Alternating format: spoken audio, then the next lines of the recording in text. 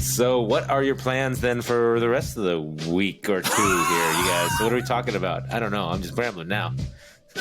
Nice. What are your plans for the week? I need to get to. We need to get to 30 minutes. We're struggling for content. No, we're good. We're going to 30 minutes.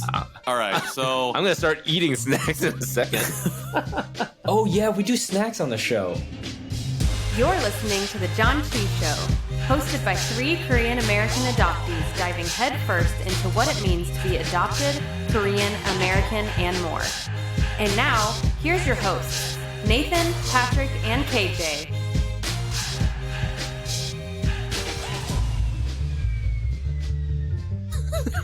Hello, everybody. Welcome back to the Janchi Show. This is the theme after the theme.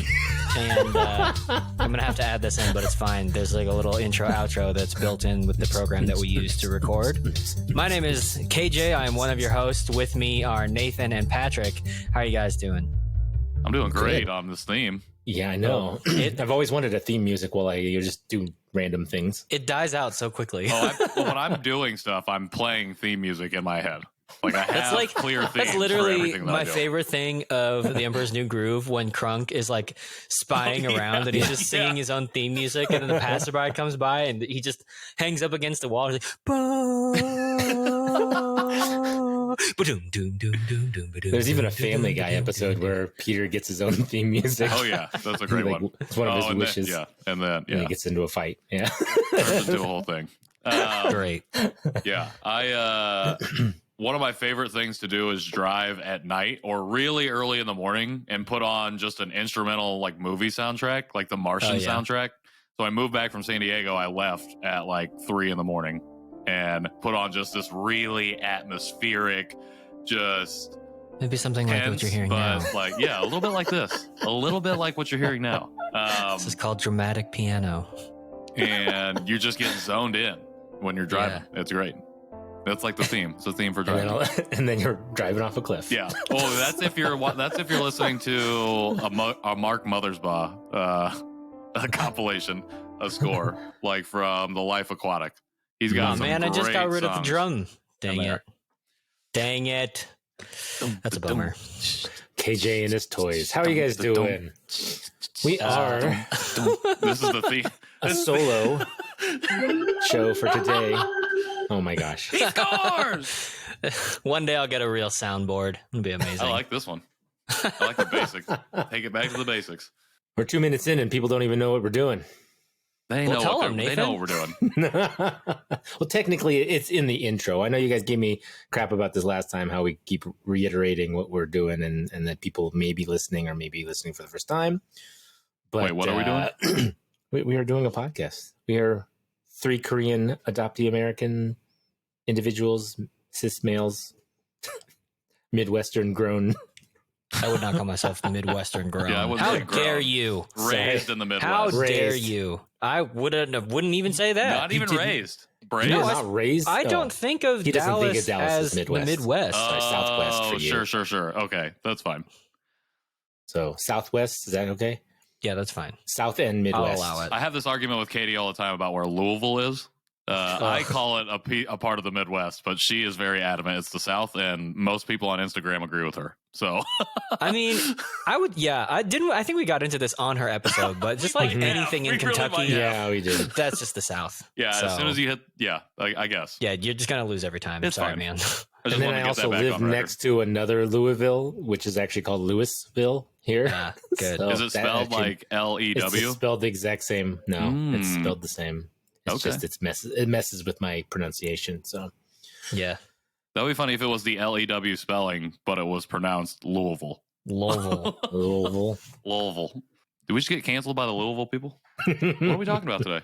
We're talking about some really fun, light stuff, namely adoption trauma and the Adoptee Citizenship Act here's a question.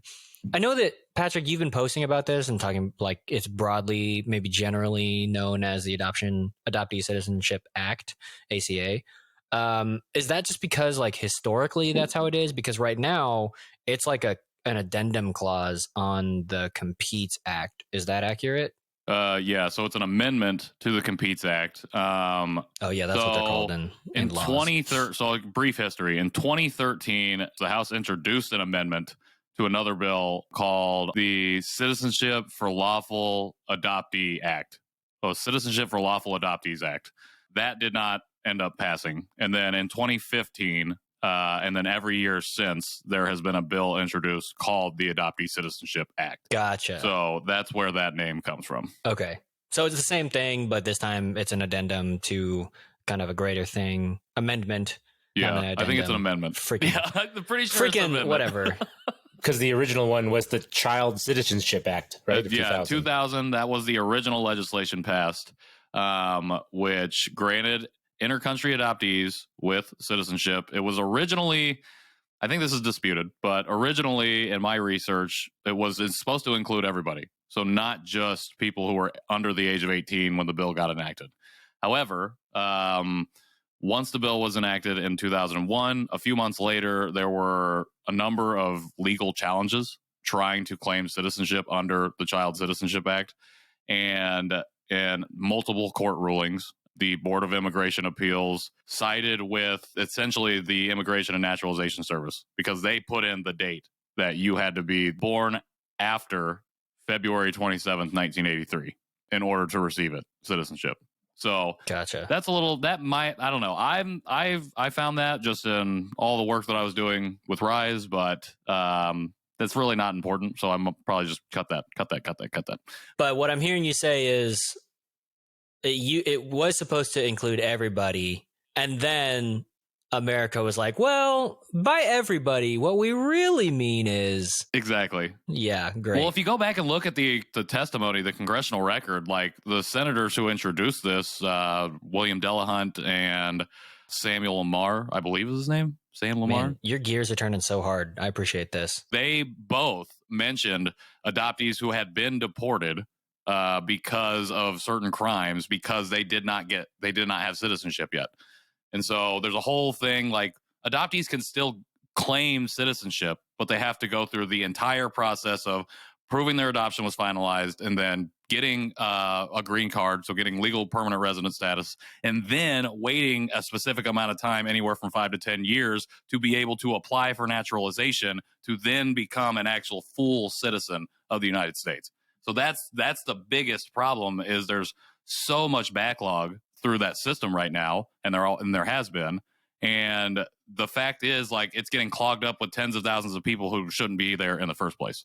Like, it's not the infants and children. They didn't have the choice to say, yeah, let me get my citizenship status, please. Let me fill this also, they're not going to out. be like, oh, yeah, let me just apply for my green card. Exactly. Like, how about I learn how to walk first? Exactly. And that's the thing, too. And that's the other side of this is that many adoptees don't find out that they about their citizenship status until later in life. When potentially it's like called into question. Exactly. And so on top of like this already, that's I've exactly. heard some people like when they applied for like passports or couldn't get back into the country for some reason. Or But you can't vote. You can't have health insurance because you're undocumented. A lot of people really struggle holding like a steady job. If you weren't like not grandfathered in, I don't know what the appropriate term is, but like if you weren't like, I feel like cell phone terminology is appropriate here. Yeah, I feel like if you weren't in this job and then like worked your way through the same system to like increase your income and whatever the case is, like it's really difficult for you, especially once your citizenship status is found out or you become aware of it, because employers are quick to say no, and then you're not going to be able to get, right. You're not going to be able to apply for like Medicare or Medicaid or any of these other services. So it's a really tough situation, and especially if you get deported, like that's the ultimate worst situation because you're going back to somewhere that you don't have any memory of. You're almost assuredly aren't speaking the language, and definitely probably not fluently. You may have a family. Exactly. Right, you don't have anybody over there. Probably have no one there that you've connected with before who's like ready to take you in and ready to like, here you go, help you get on your feet and like do your thing until you can either come back to the States, if that's even a possibility, which for many it's really not, or you make your new life over there. And for some people it's tough. Like not everybody makes it. Philip Clay is a specific Korean adoptee who committed suicide after he had been deported for like, I think it was like 10 years or maybe I don't know if it was 10 years. Might have been like 6 or 7.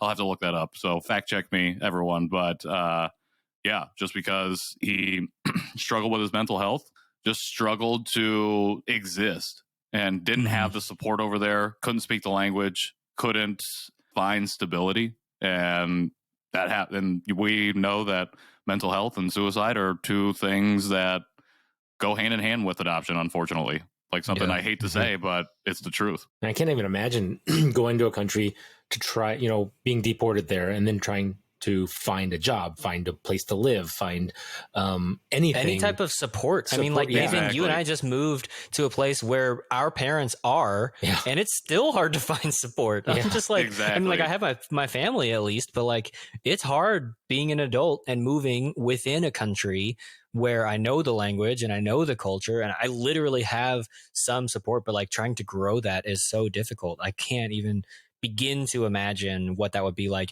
Especially, I mean, it's not like Korean adoptees are being deported necessarily straight back to Korea, right? I mean, it's like maybe they go and get deported to somewhere else and you're like, oh, so now I have to I literally have no ties to this place, right? Well, no, they'll get deported back to their country of origin. So if you get deported, you go like wherever it is that you were adopted from. And so you are kind of right, though. If they don't have, if there's no paperwork for them to go off of and there's no record kept even at the federal level that says this is where you're from, they'll make their best guess and send you there. And that's happened. I can think of one case where I'm pretty sure that is the situation that had happened, that they just made their best guess and that country didn't even they were like, we don't have any record of this person. Yeah. Don't leave him here. And they left him there. And he's been there since like 2017, I think. So it's just absolutely, it's disgusting, to be honest, that we allow this to happen. But is it bad if I say that sounds like typically American, where we're like, America is for everybody, we're gonna do things for everybody, and like, oh, actually there's a large gate, and if you don't fit what we think that you should fit into, then get out of here, we hate you. Yeah, it's like telling somebody, hey, you're gonna run the 100-meter dash, but you really put them in the 110 high hurdles, but the hurdles are as high as they possibly can be. And then there's no way. I mean, the hurdles are 6 feet of concrete. Exactly. And you could finish by stumbling over every single hurdle. You can still finish the race. You can still make it to the end. But a lot of people don't make it to the end. And I just came up with that metaphor right off the top of my head. But I hate that it's this thing, because it is just like insurmountable barrier after insurmountable barrier. And the people who are lucky enough and find support in some way can make it all 11 of those and get to the end. But so many people don't. They fall off. And potentially thousands are going through this. Some of them who don't even know that they're going through this. 100%. And that's the thing too. Like some organizations have shown that they're estimating that 60,000 people could be affected by this into 2020 or 2033. And so those are estimates, because it's really hard to get hard numbers on intercountry adoptions, specifically ones who don't have an adoption that's finalized, either in the country of origin or after they've come to the States. And that's the thing. Like, there's certain adoptees who are probably not going to be covered in this bill specifically because of a visa issue. And then that goes into immigration as a more broadly wide-reaching thing. And that's a whole nother can of worms. So even after we get the Adoptee Citizenship Act through, like, we're going to have to go back to the table and keep fighting, because there's more people in our community that are suffering, that are hurting, who need help, who need representation. Because when you don't know your status, and any person who is undocumented would be able to say this, I would think, it's hard to be public about yourself and put yourself out there. Like, you're risking literally life and limb to make yourself known to the world, because unfortunately America will come for you. America will come for you, will come find where you are and do whatever they can to send you away. Because I would be super scared if I was didn't know the final, I have iffy paperwork. Let me go check on that, with the government just to see, right? That's like my friend who had a warrant out for his arrest. Or sorry, he had a ticket that he saw did not get cashed. He paid for the ticket, so he goes into the police department to pay for the ticket. they say, oh, you didn't pay for this ticket, and there's a warrant out for your arrest because you also didn't show up for the court date. And they arrested him right then and there because he was going in to pay for it. He was going in to check on the status, but they arrested him and threw him in jail right then and there. Yeah, it's basically that, but like a billion times worse. Yeah, right. Yeah. Oh my gosh. So, the other thing is like, they're not only are they have to live with that fear of like being deported and then being found out, but they still have to live their lives and build lives. So a lot of people, a lot of adoptees who are impacted have families, have wives or have spouses, have children, you know, and it's like, it's not just them risking their own life and limb. It literally like cuts off support for the people that they care about and the people in their families that like they may be, you know, like one of the main avenues of support. Like they've built a family here unknowingly maybe, or like trying to do the best that they can. And then you immediately like, oh, well, that is all out the window and you're deported now. And yeah, it's just like, it's such a huge disruption to the whole family unit. Exactly. Regardless of, well, that's the thing. And that's at the end of the day, that's why at the end of the day, we talk about, so like the bill itself and the act has bipartisan support. It always has. But I mean, the way I think about it is it's not bipartisan. It's about humanity. And at the end of the day, we can think about each individual who's affected, who's impacted by this. And they are the most marginalized of this group and need to be centered. But they also have people in their orbit who are directly affected by what happens to them because of their citizenship status. And so this is an issue that affects everyone. It affects everybody because it affects individuals, it affects family units, it affects communities, businesses. Like there are so many waves, so many ripples that come out of this that could be solved in a pen stroke. In a pen stroke.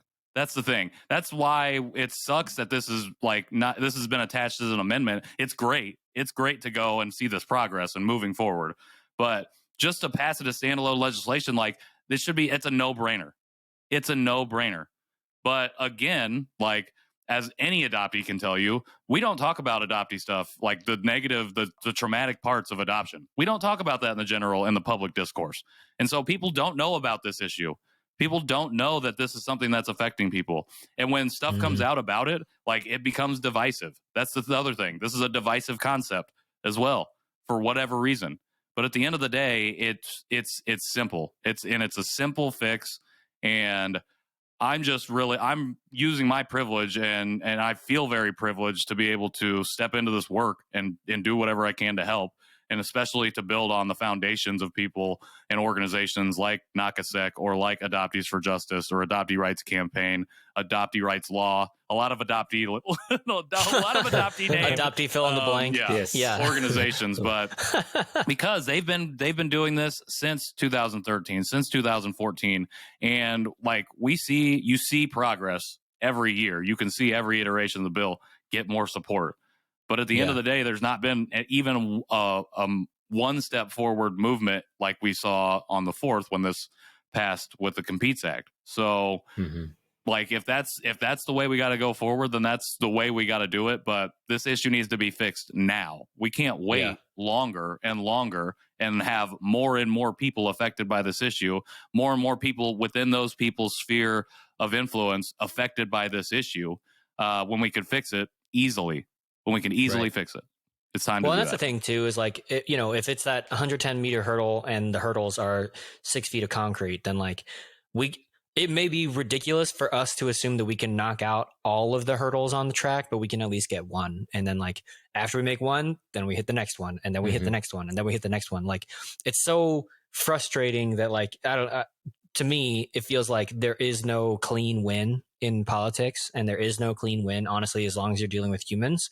But like, just because it's not the cleanest win doesn't mean we shouldn't still go for the win. And it doesn't mean that we shouldn't still knock down at least one of those things, like let's move. If it takes passing as an amendment to the Competes Act and then we go back again for the visas or whatever, then like, let's do that. Like, let's put in the work. Like we got to be in it for the long haul because like somebody was in it for the long haul for us. And that's just like a matter of of paying it forward, and a matter of not just for ourselves, but for the people that we do know, the people that we don't know. Like I think the reason that we see so many adoptee fill in the blank organizations about this is because like adoptees are the ones who have to stand up and represent for themselves, and it's unfair and it shouldn't be like that, but like that just is how it is. And so like we got to go at this with gusto and really, I think, get the word out, and it takes people being brave and explaining and being brave and just talking about some really hard things in their life to get that awareness out there, and then like to get some traction behind it, because it can't, as much as we want it to be, it also can't just be us. Like we need help, we need more help, and we need exactly more support. And we need the visibility, which Patrick, I commend you for getting your article in the Forbes. The Forbes. I don't know. Yeah, it's no Forbes. I mean, it's no honestly, longer Yahoo News, Patrick. Yeah, it's Forbes not Yahoo Patrick. Now you're Forbes Patrick, and My head. No, I know you can have as big of a head as you want, as long as it's doing good, which it is definitely doing. So, congrats on that. Congrats! That does have to be in there. You got to put that in. Well, I appreciate that. At the end of the day, I'm not doing this work because I need citizenship. I'm doing it because I've read enough stories. I've talked to enough impacted people in the community to know that this is, well, for lack of a better word, fucked up. And we got to get this fixed because people are suffering. People are out here literally dying.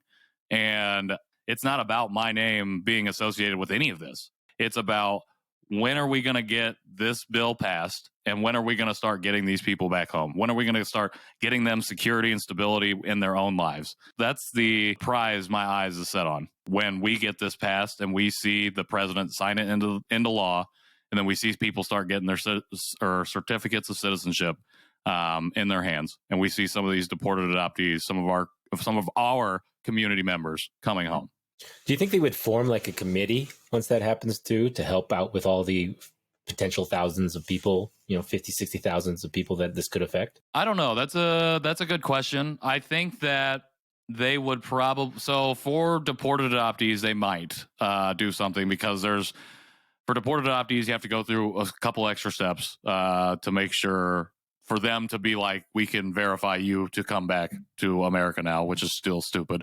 But for everybody else, I think what it's going to do is going to clear a lot of them out of the main backlog of like LPRs and naturalization.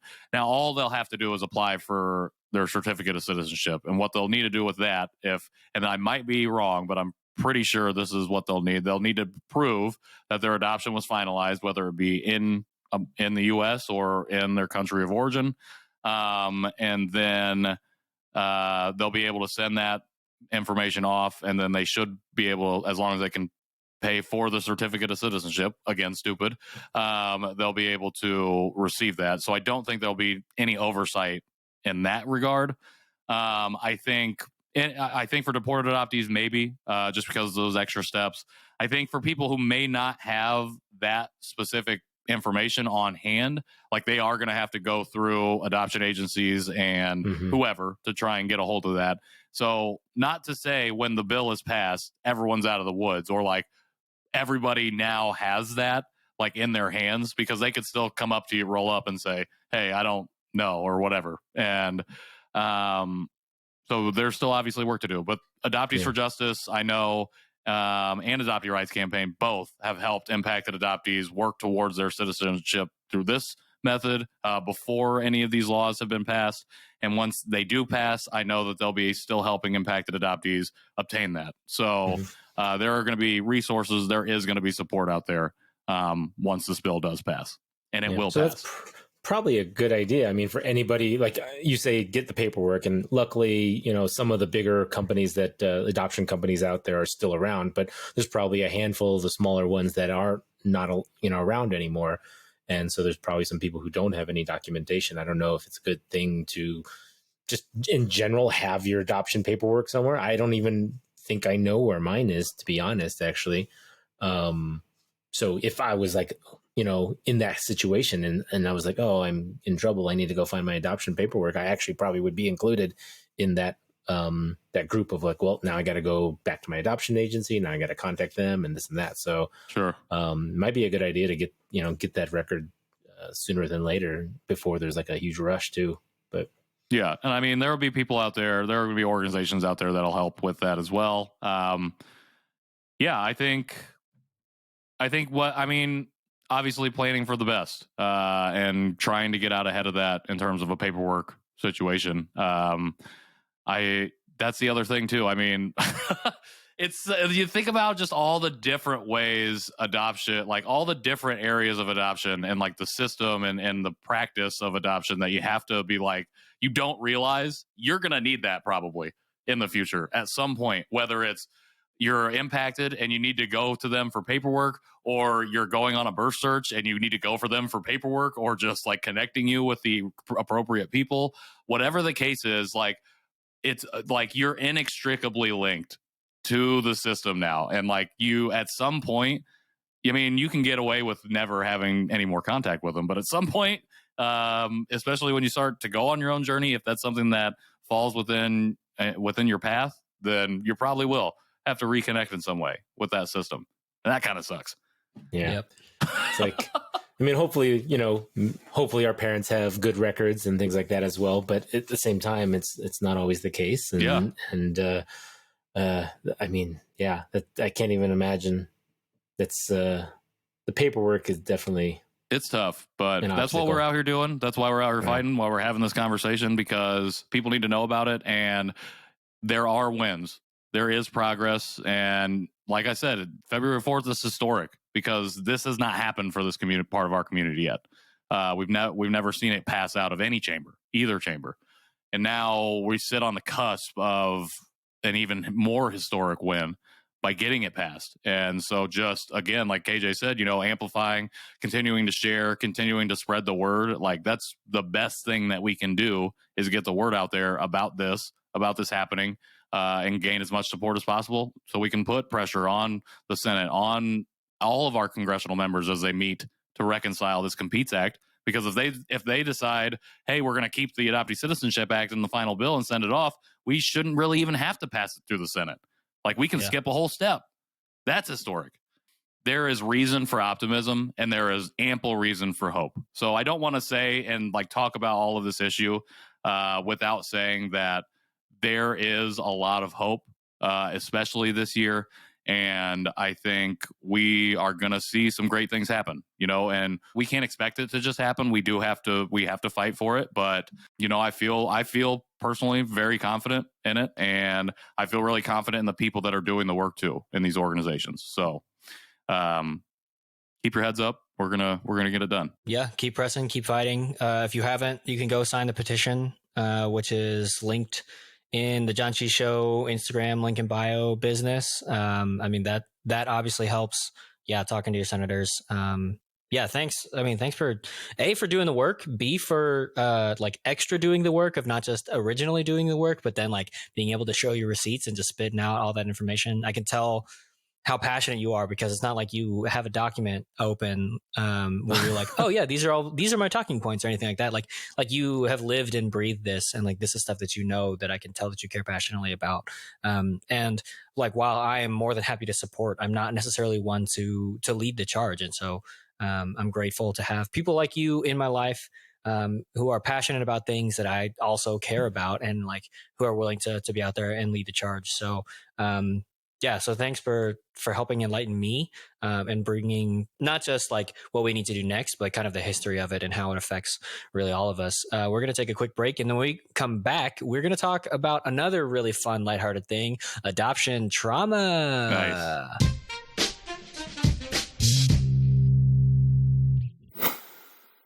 Okay, we're back.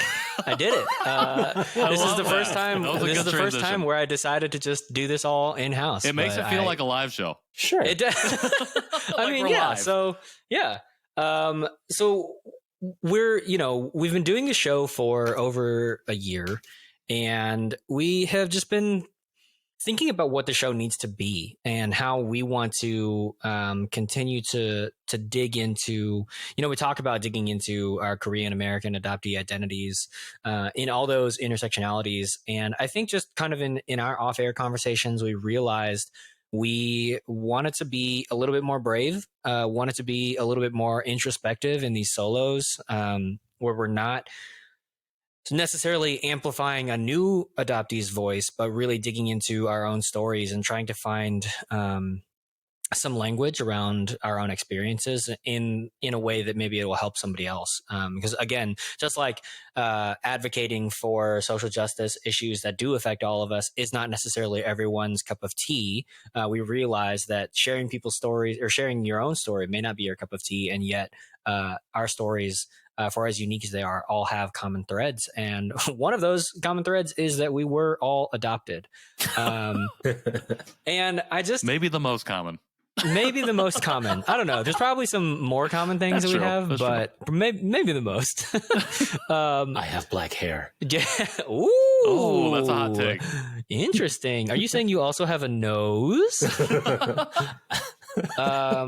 Yeah. So this is an interesting one because it's not a thing that it's like this has been a topic that I've like kind of been afraid to get into personally. It's been a topic that I have been afraid to research into because like I don't know what the old colloquialism is, but like, you know, I don't want to, it's like a version of like, if it ain't broke, don't fix it.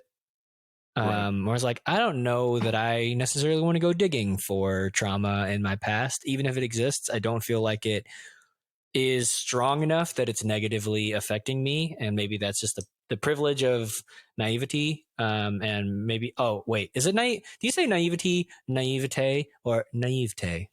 Naivete. Right?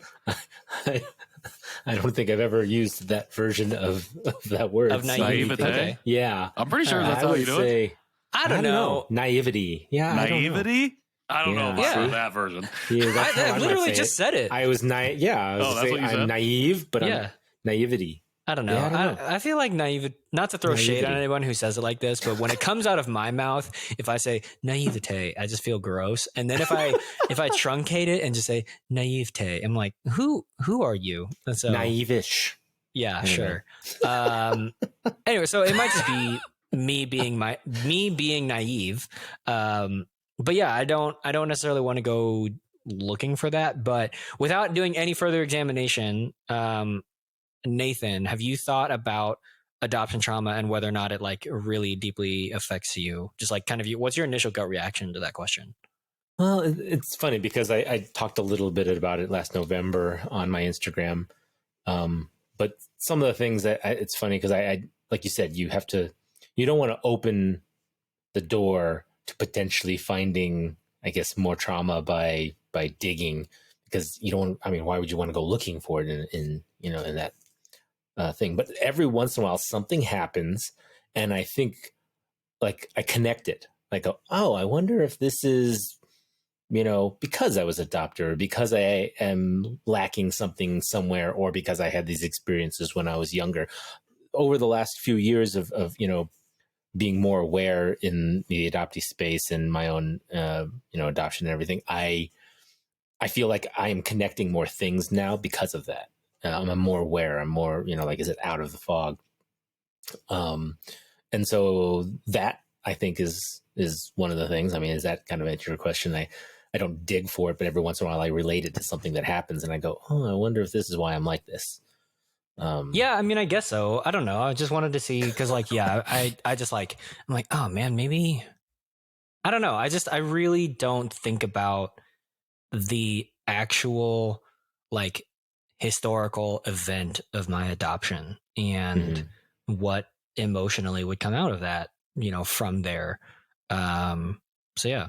I mean, to be fair, I don't feel I am overly stricken with grief and trauma. Sure. So that, but at the same time, I found more of it after being in reunion with my family. That really is where when I talked about trauma on my Instagram, that's the direction that I came from, is that I felt that there was more trauma in my biological family than there was in myself. Seeing that they knew about me for the last 40 years and were looking for me and could never find me. And then my parents passed away and they still couldn't find me. And then all of a sudden they found me.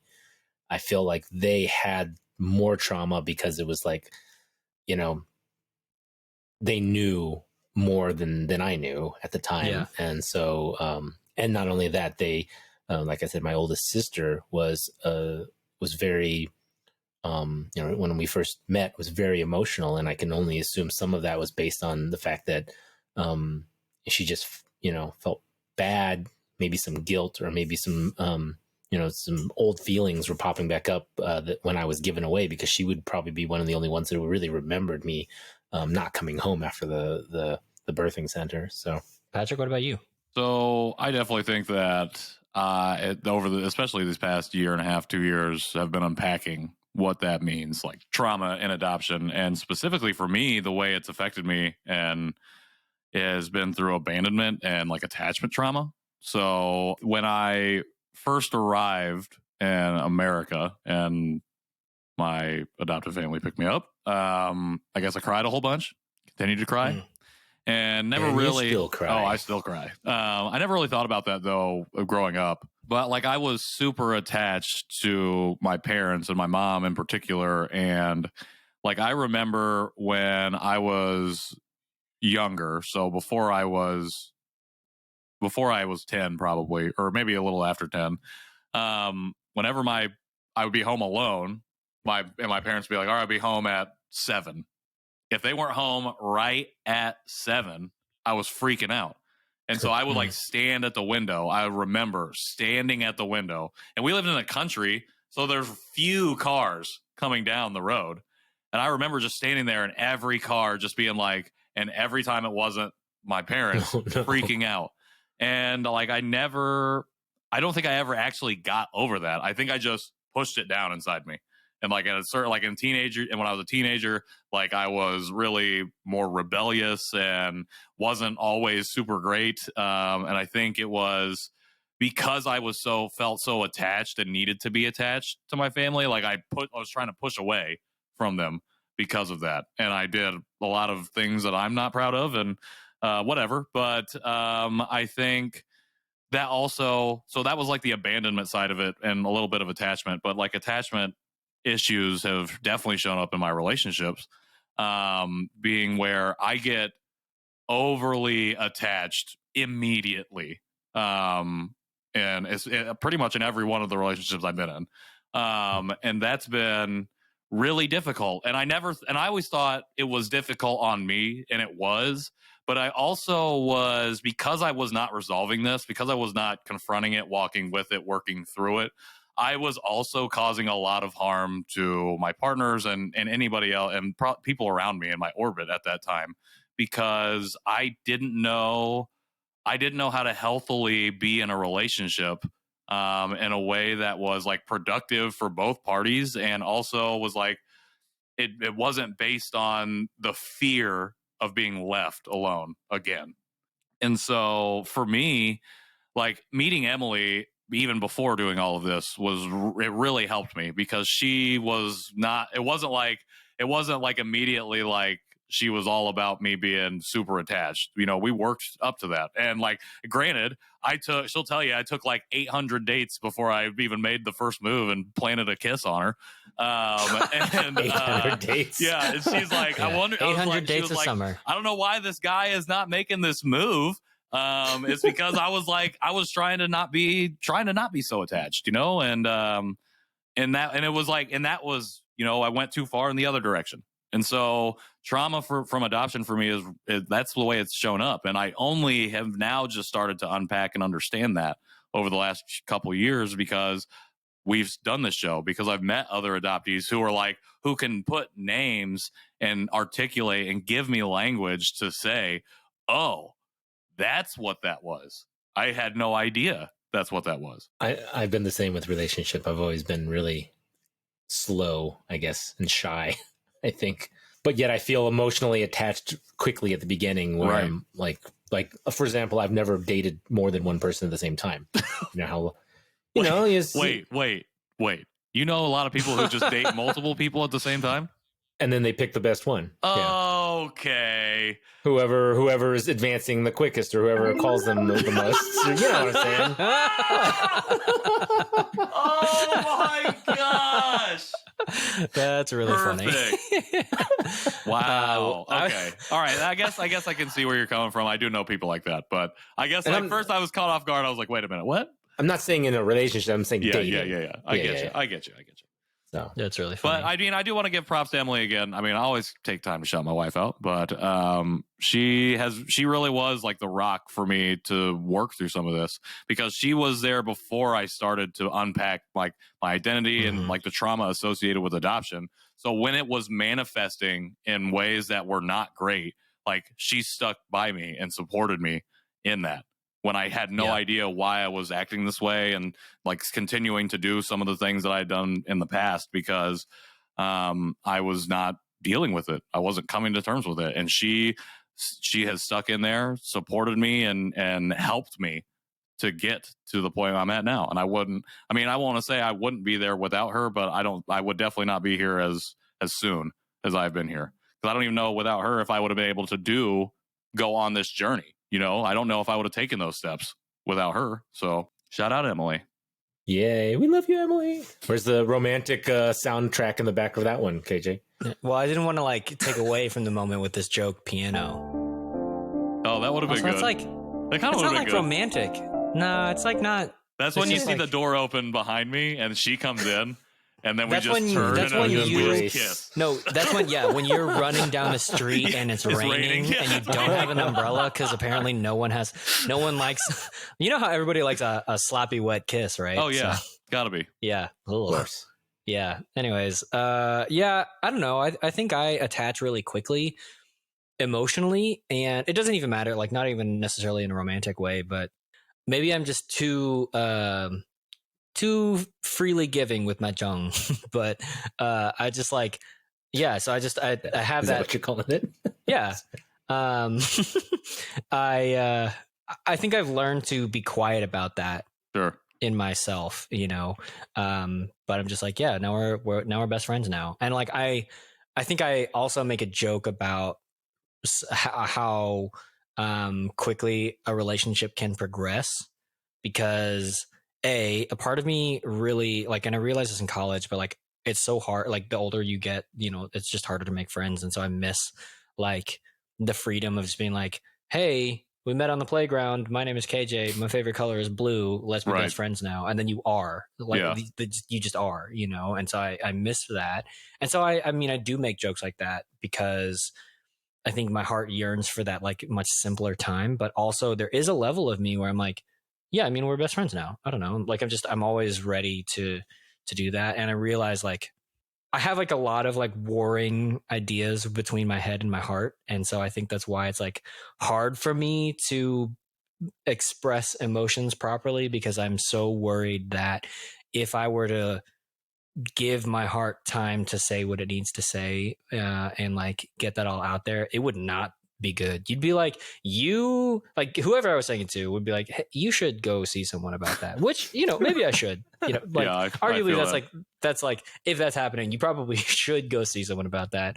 And I just don't have a ton of like the safest spaces, or maybe I wouldn't make the right choice, but you know, whatever. Anyways, I don't know. That's like how I just feel like I get attached to things really quickly, attached to people really quickly. Even like almost in an unearned kind of way. Sure. So I think that maybe that's where I experience it. But I also remember like, I don't know. I don't think this is necessarily like adoption trauma so much as it is just like the life cycle, the journey an adoptee can go on. As like, I just remember at one point putting aside all Koreanness and all Asianness and just being like, nah, I'm just going to belong to my family. Like I just made a choice to turn that off because like it was just too hard to wrestle with all that stuff, you know? And and now we're back here wrestling with it again, but more publicly. I definitely think it's associated. I think I agree too that I think for me is similar to you in any relationship, not even like romantic, but like friendships, like, you know, and that's for me is all about acceptance and just, I want to be, like you said, unearned. Like, I'm just like, yes, we are best friends. Like, I've maybe forgot your first name, but let's, like, I am your best friend now. It's like that. It's like, but then it's the fear of losing that as quickly as I've gained it, you know? So yeah, I totally get that. I think we said this in an interview, maybe with Tia, like the word trauma carries so much baggage that I feel hesitant even using it, but also like it is shared language. Instagram has maybe muddied the definition pretty significantly. But I think that that's something that is worth exploring and worth coming back to. Obviously, none of us really need to spend a lot of time on it. It's literally our whole lives. But I think it's just interesting. Like, it is worth it to highlight that part of ourselves and talk about this, because it's, if we don't do this, then maybe we never will. Exactly. And and I think that it is an important thing to explore. And this podcast is a safe space for the three of us until we get doxxed on the internet, in which case, we'll probably just keep going and ignore the haters. Yeah. But, I appreciate having this brief discussion. Do any of you have any closing thoughts on adoption trauma in some like baby initial form in your life? I mean, I feel like we could talk about this in multiple episodes, so I won't dive too much. That's what I'm saying. It, so. But just like kind of the initial, this is like a first step. I feel like it relates to a lot of different things. Like, kind of right now we've been talking about, relationships, maybe personality traits, to a point. So I think it can affect multiple things for sure. But I guess you just have to kind of, it's a part of it. Luckily we, have, all of us, still have good relationships with our adoptive parents. But I know that has been a trauma for some people where they do not have a good relationship with their parents. And, that in itself is part of trauma and part of their adoption. So our stories being, somewhat similar in that realm, I know there's a lot that are not like that. So my heart goes out to a lot of you, a lot of adoptees out there that have more trauma and more situations that turned out unfortunate with that. So yeah, I don't think that. Well, I think I get what you're saying, KJ, about it being maybe watered down. I don't know if I would necessarily say trauma has been watered down. I think that I just think it's like muddied.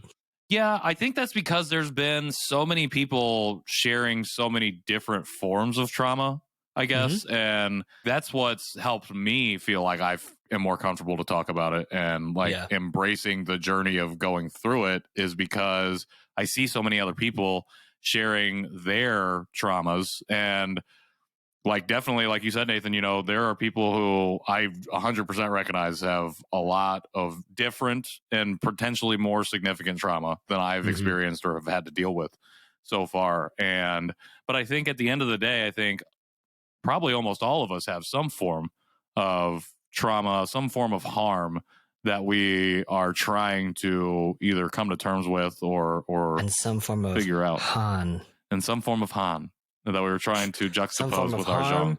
And some form of Han. With our zhong. Is that right? Zhong. Yeah. I think it just blew my eardrum out. Nice. Ow, I have a headache now. That's not good. What's going on with my eye? But yeah, I think there's just been so many new definitions. It's actually helped me become more comfortable in the uncomfort of discussion of these discussions. Yeah, for sure. I mean, I think that's kind of the point of the show, is just to learn to sit in gray areas well. So we're gonna escape the gray and take a break, and when we come back, we're jumping in with a food and or drink. I never know, but it's a surprise. We'll figure it out. Here we go. Escape the gray.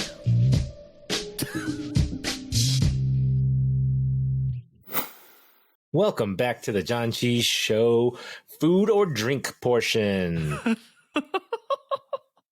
And what? Patrick laughing portion.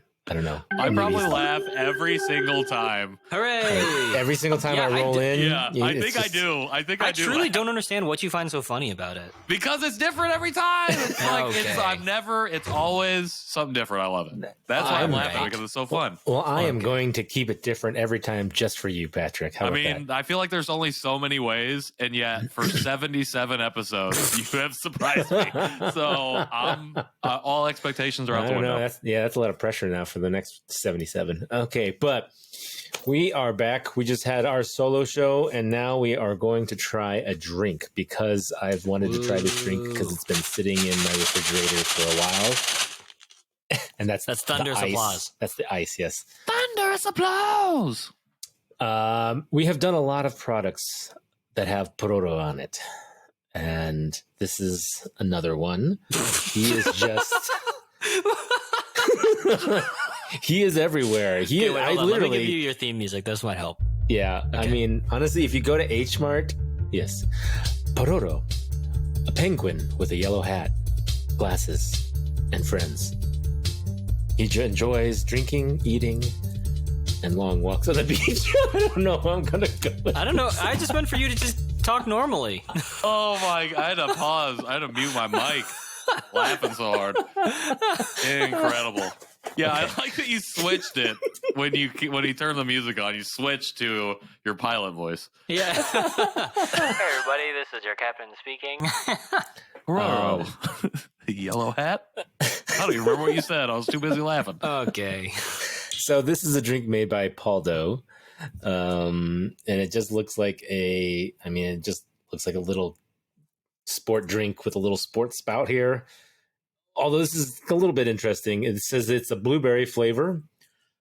It has it says contains soy and milk, which I was a little surprised to see because I thought it looked like just like a grape juice drink, right? I mean, you can see through the top. Purple. It's clear. I mean, it's pretty clear, so I don't know how it contains soy and milk. It looks like our old friend Milky Sue. Is that how you say it? Yeah, I Milkus. guess. Kind of Milkus. All right, so Do you here's remember the what I said directions. about that? Yeah, here's what the directions say. Twist the cap to open, take off the white lid, close the cap, and tip off the cover and pull up to drink. Yeah. I have a question. You That's called this very a confusing. sport spout? Is that what that is? Yeah, it's just like a little I get it, but I water could never bottle. heard it I do called that feel like before. I just played a rec soccer game, and this is the treat afterwards. You know? Yeah. I don't know what This you would call drink? this. Yeah. Yeah. I mean, Okay. this reminds me of like what I would Oh, drink. okay. Like, Thought you- yeah, like in a sport game as a kid, you know, you drink the Capri Suns or the little things out of the juice boxes or whatever. This is like the Korean juice box Wait, is there like But it's- in a plastic bottle. I thought he was being serious that he literally just played a game of the rec and this was what was No. handed out afterwards. No, okay, I get it. He was talking about Like, the top. I Yeah. got it when I now. was 5? It's orange Yeah. slices and grape porroro. Oh, yeah. No, I was saying that I didn't know that these were called sport spouts, if that's what it is. I like it. I didn't That's know what, that I will be calling it trademark. All pending. right. And Noah for more Trademark sports pending. talk. Sports spout talk. Don't anyone try to Sports. steal that from me. But yeah, so there's lots of different flavors. We have the blueberry flavor. Let's go. I missed. It's hard. It's really hard to click. Oh, apparently I queued it twice. I know they have apple. They got mango. Wait, hold on. Did I hit infinite times? I guess. did. Now it's on I a loop. apologize. That should not have been infinite. Now we're just obnoxiously interrupting.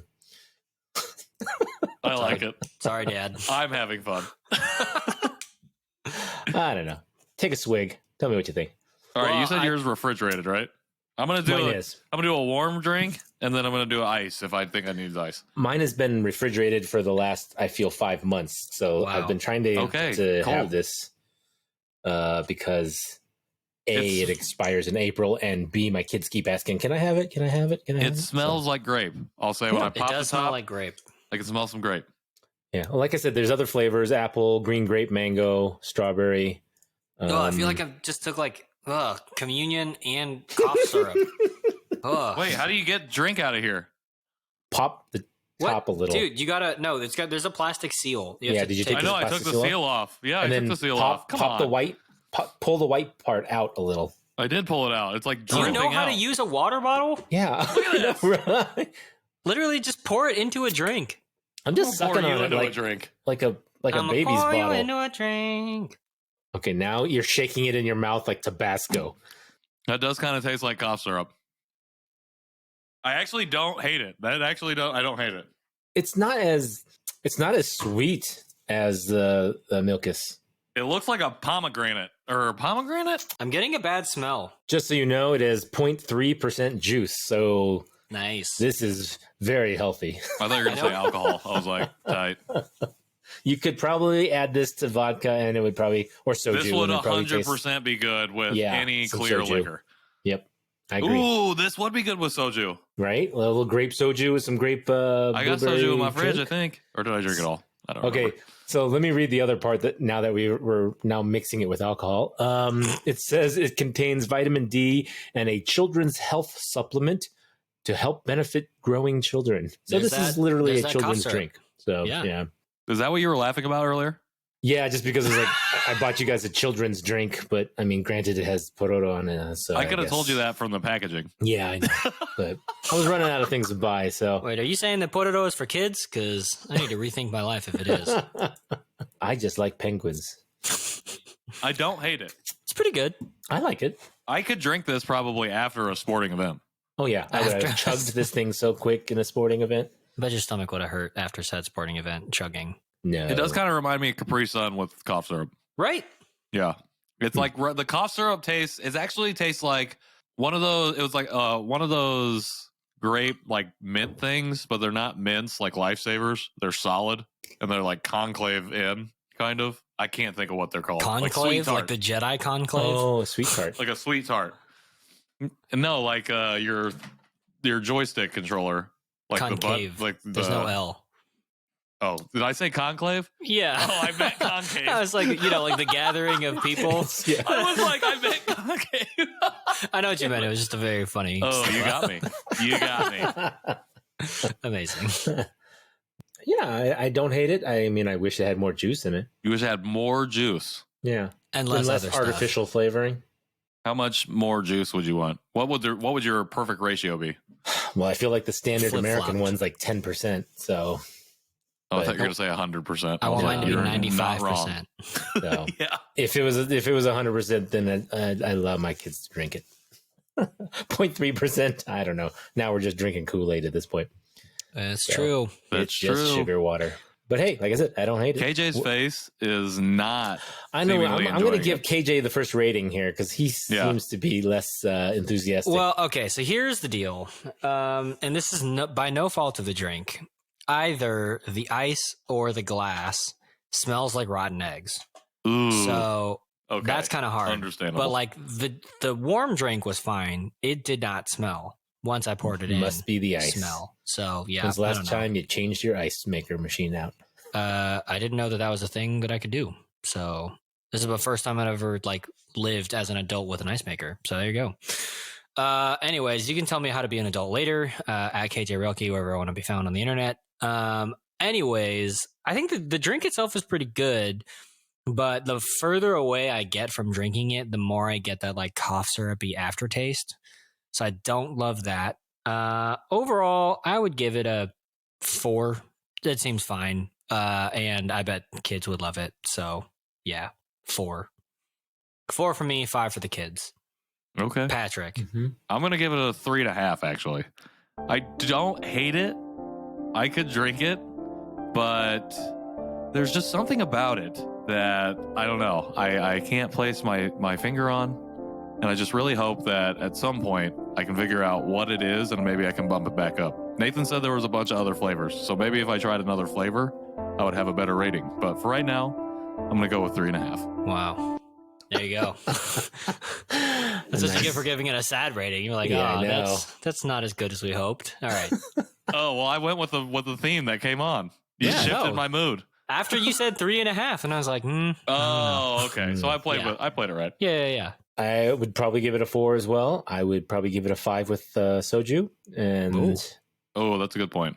I'll give it a 4.5 with soju. Would you give it a flavored soju, or would you just go for the Oh. regular soju? either, but flavored would just, double it up. Yeah, I feel like that'd be too much grape, though. Yeah, I agree.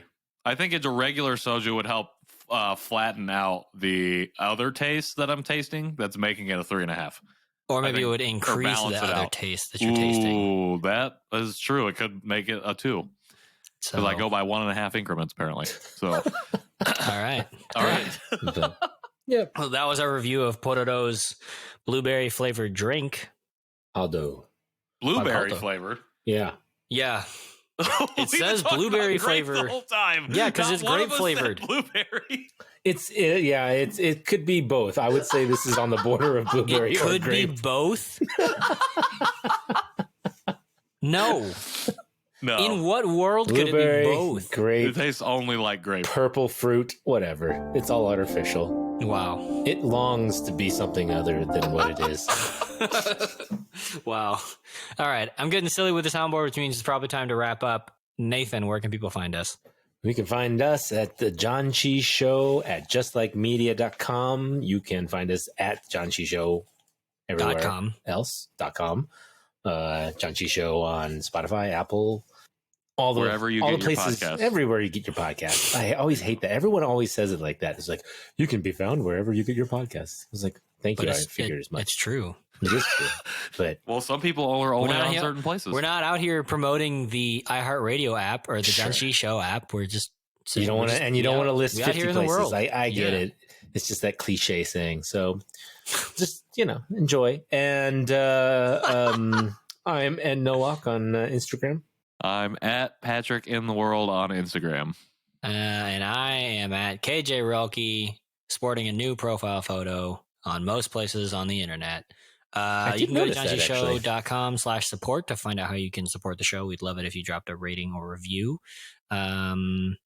You can call in to a number that I will put in the show notes. I can say it right now. I have it right here. Nice. 972-677-8867. Nice. Give us a call. Give us a call if you want to. Yeah, if you want to weigh in on anything that we've been talking about, if you want to shout out something that you think that we should talk about in the next solo, that'd be fantastic. Topics. So I think that's it, right? I think that's it. Great. Right? Until sounds good. That did not work. That was entirely the wrong one. Anyways, was that the HBO? Nope. The original HBO. The title card. What a bummer. Okay, well, I guess I have to put that in at the end. Until next week, Janchi Heyo! Bye!